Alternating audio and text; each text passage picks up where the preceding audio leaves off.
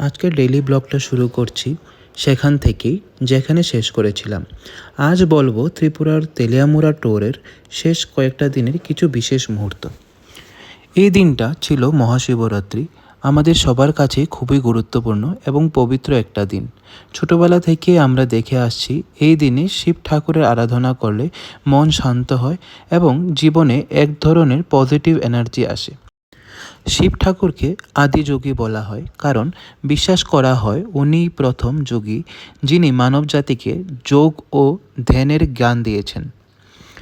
তিনি শুধু একজন দেবতা নন, বরং একজন গুরু যিনি জীবনের গভীর সত্য, আত্ম উপলব্ধি এবং অন্তরের শান্তির পথ দেখিয়েছেন।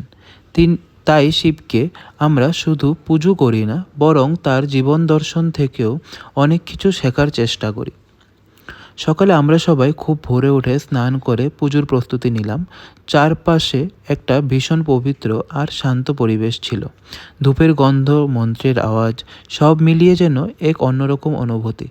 তারপর আমরা শিব ঠাকুরের পুজো দিলাম এবং আমাদের নিত্য পুজোর প্রথা অনুযায়ী নিত্য ঠাকুরের পুজো সম্পন্ন করলাম। পুজো শেষে শিব ঠাকুরের মাথায় জল দিলাম। প্রথমে সুইটি, তারপর আমি, আর সবশেষে কাকুমণি খুব ভক্তি ভরে শিব ঠাকুরকে পুজো দিলেন। এই ছোট ছোট মুহূর্তগুলি আসলে ট্রিপটাকে এত স্পেশাল করে তুলেছিল। আমরা যখন পুজো দিচ্ছিলাম, ঠাকুমা আমাদের ছোট্ট পুইয়ের সাথে খেলা করছিল। ওদের দেখতে এত সুন্দর লাগছিল যে কি বলবো। এর পরের দিন ছিল আমার ঠাকুমার পূর্ণি ঠাকুরের ব্রত এবং সেই দিনটাও আমরা খুব ভালো করে সেলিব্রেট করলাম।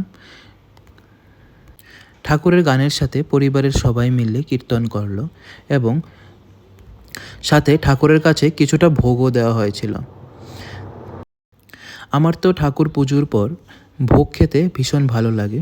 তোমাদের ভোগ খেতে কীরকম লাগে জানাবে এবং ভোগে আর কি কি আইটেম অ্যাড করা যায় তারও কিছু টিপস অ্যান্ড ট্রিক্স আমার সাথে শেয়ার করবে। নেক্সট টাইম দেওয়ার সময় কিছুটা আমার থেকেও ট্রাই করব অ্যাড করার ওই ভোগের মধ্যে। প্রত্যেকবারে ত্রিপুরা ট্রিপের একটা মেইল মাইলস্টোন থাকে এই ভোগ খাওয়া। সে বাড়ির হোক বা আশ্রম থেকে কেনা ভোগ হোক, একটা তো চাই। এরপর সন্ধ্যার দিকে সুইটি পুইকে নিয়ে বাগানে গেল, যেটা আমার বাবা খুব যত্ন সহকারে তৈরি করেছিল। তোমাদের বাগানটা কীরকম লাগলো একটু জানাবে। আজ এখানেই শেষ করছি। ধন্যবাদ সবাইকে।